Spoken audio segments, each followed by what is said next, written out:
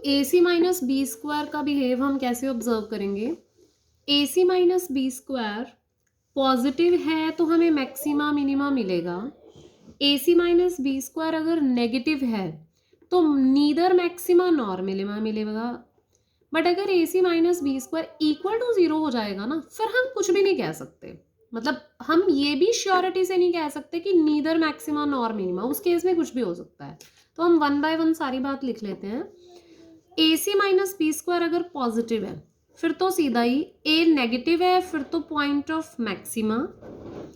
ए C minus B square positive में अब अगर ए भी पॉजिटिव है फिर आपका ये हो जाएगा पॉइंट ऑफ मिनिमा। ठीक है, तो ए सी माइनस बी स्क्वायर अगर पॉजिटिव है ना तो हमने ए को ऑब्जर्व करना है। ए सी माइनस बी स्क्वायर अगर खुद पॉजिटिव है तो ए नेगेटिव पॉइंट ऑफ मैक्सिमा देगा, ए पॉजिटिव पॉइंट ऑफ मिनिमा देगा। मतलब जो भी आपके पॉसिबल एक्सट्रीम पॉइंट्स आए हैं ना, उन पे अब हमने ए सी माइनस बी स्क्वायर और ए दोनों को चेक करना है। जिस पॉइंट पे ए C minus B square positive है, अगर ए नेगेटिव है तो वो पॉइंट ऑफ मैक्सिमा है, अगर ए पॉजिटिव है तो वो पॉइंट ऑफ मिनिमा है।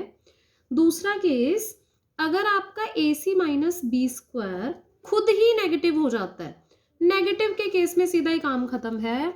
जिस पॉइंट पे ए C minus B square negative होगा वो point neither maxima nor minima. Point is neither a point of maxima nor a point of minima. तो इस केस में ये चीज है। ठीक है, और जो तीसरी चीज है, अगर हमारा ए सी माइनस बी स्क्वायर हो गया इक्वल टू जीरो, तो फिर ये केस थोड़ा एक्स्ट्रा ऑर्डिनरी केस है। इस केस में ना तो हम मैक्सिमा मिनिमा को इंश्योर कर सकते हैं, ना ही हम ये कह सकते हैं कि नीदर मैक्सिमा नॉर मिनिमा। इस केस में वी कांट से एनीथिंग। ठीक है, नथिंग कैन बी सेड। तो ये वाला केस हमें किसी भी तरह की कोई श्योरिटी नहीं देता। इस केस में हमें फर्दर इन्वेस्टिगेशन करनी पड़ती है। Here further investigation is required. अब ये फर्दर इन्वेस्टिगेशन क्या है? ये फर्दर इन्वेस्टिगेशन जो है ये हो गया कि डेफिनेशन से चीज को चेक करना।